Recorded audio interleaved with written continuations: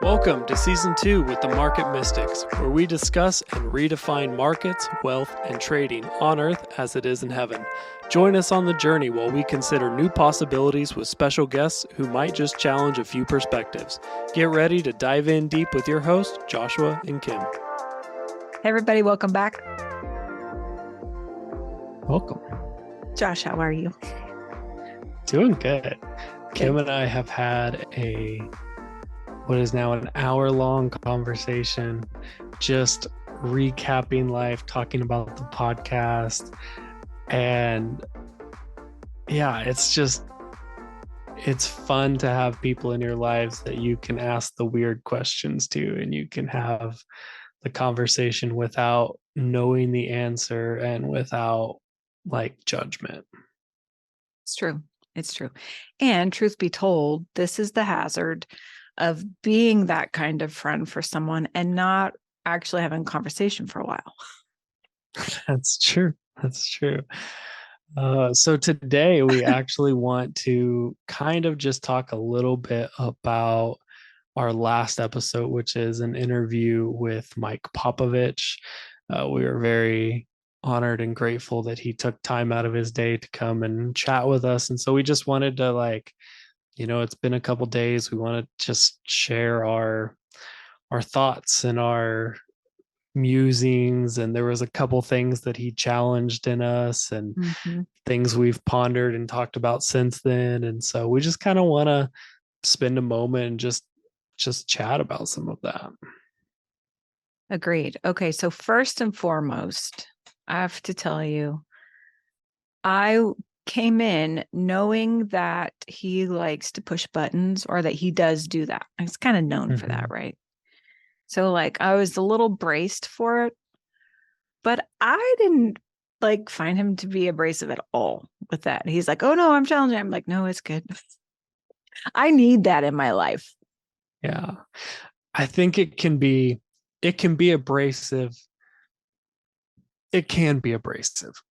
Both you and I have been on this journey of really asking questions and really evaluating our thoughts and our beliefs and things.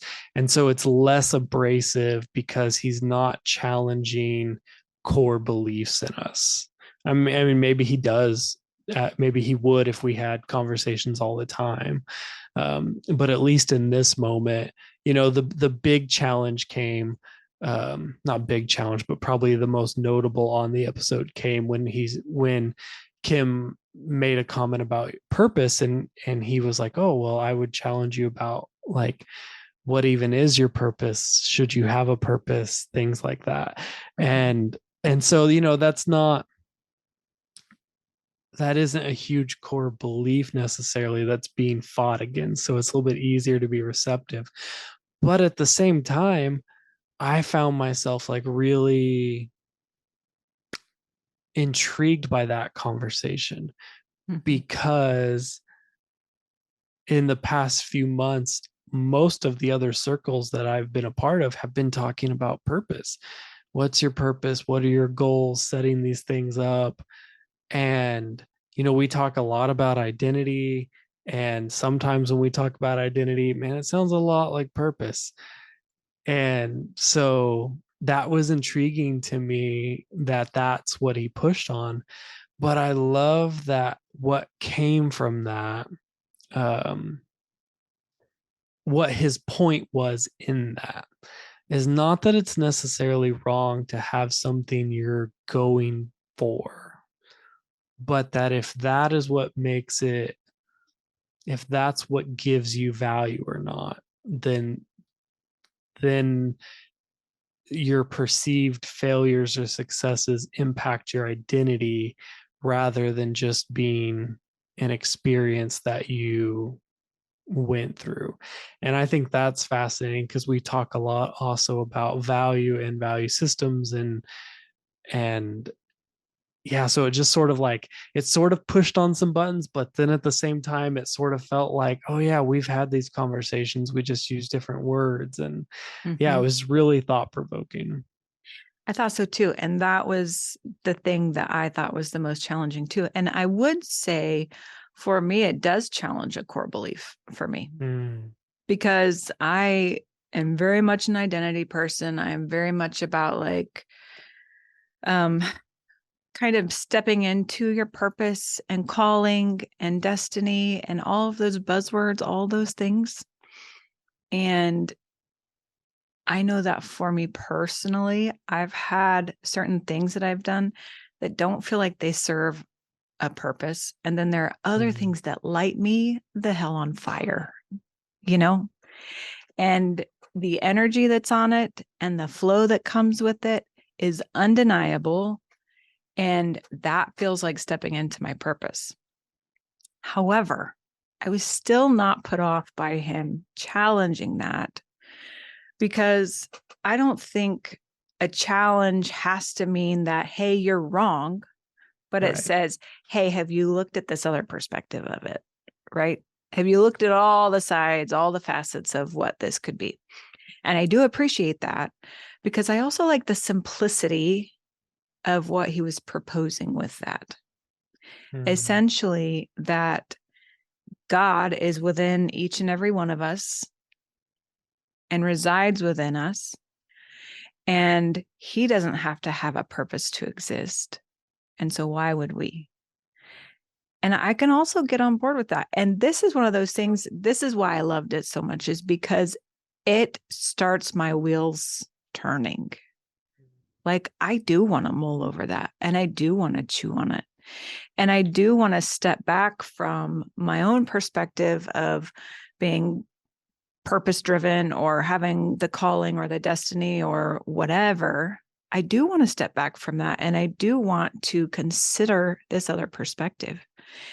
And I also want to see, is there space in my belief system for both to exist simultaneously? Mm. And that was, I was telling Josh before we started, I had a question that I was going to ask, and then we kind of moved on. But the question I would have asked was, when he challenged my thinking on being purpose driven or having a purpose, like an individual purpose, I was going to ask, what about when you have something that just burns within you, that it Mm. is like, you have to do this, like your whole being is like driven for this. And not everybody has felt that yet. And not everybody will feel that yet. But if you have felt it, you know what I'm talking about. Right? Like, there's just like, ooh, this thing I have, like, and it's not that this fulfills your life, but there's something in it that says, you've got to do this. Right. And so then, is that just a desire of your heart? Or what I would also ask is, do you always have a choice in that? Or can you be created for specific things like that? You know what I mean? And so I would have loved to go that direction, but the conversation went somewhere else. But those are also my challenging thoughts. You know what I mean? Because I also do appreciate that simplicity that he brought and that concept in itself. But I am not sure that they can't exist together. Coexist. Yeah. Yeah. Yeah, I think that that's really something I've been seeking to find within myself, is like, there's a lot of different voices that seemingly say a different thing. But are they really just, are they looking at different parts of the puzzle? Can they all be held and not be wrong? Um there's a one of my friends who has been on the podcast, Dr. Yana Sanders, was teaching a while back, and she said there was a rabbi who was teaching a group of kids, and this and their assignment for the week was like to take this Torah portion and um, see what it meant. And so this one kid comes and he goes, "Well, Rabbi, this is what I saw in the scripture. This is what I think it means." And the rabbi goes, "Wow, you're right." And this other kid who was in the same class goes, "But wait, I got something different. And the rabbi goes, well, come share with me. And the kid comes up and he goes, this is what I saw. And the rabbi goes, wow, you're right. And one by one through the whole class was, yeah, you're right. You got that. And I think that like God's that big that we can all take our piece of how life functions and say, this is what I got from it. And we can share it with each other, and we can maybe open people up to a different piece, but ultimately your personal revelation is the one that is important to you. Like that's the piece Yahweh gave you. Mm-hmm. And so yeah, you can listen to other voices and you can learn from their revelation. You can be grateful for what they learned. But if you're trying to take that as your own, then that quickly becomes kind of an out of alignment thing where you're trying to eat someone else's food. I like that, but I would also maybe ask the question, like, can it not be a potluck? Yeah. Like, Yeah, no, do I we think not it all bring our own portions for the meal and share and have part of what what other people bring as well? But for sure I the stuff that you brought was like for you from you. You know what I I mean? think yeah, I think you can. I think my heart in saying that is like the important thing is that you brought something. Like I agree. don't just eat other people's. Totally. Totally. And I think that's some of the beauty in our abilities to have our own individual relationships with the Lord that Mm-hmm. may look completely different. They may outwork different. They may look, taste, and smell different, but they're still valid. But to be able to share those different pieces, I think is like one of the most beautiful things that we're allowed to do as humans. Yeah. Because we can have the individual, but then we also get to partake in the collective. And it's, there's a word that wants to come out and I'm not sure what it is. I'm going to have to like see if I can draw this out.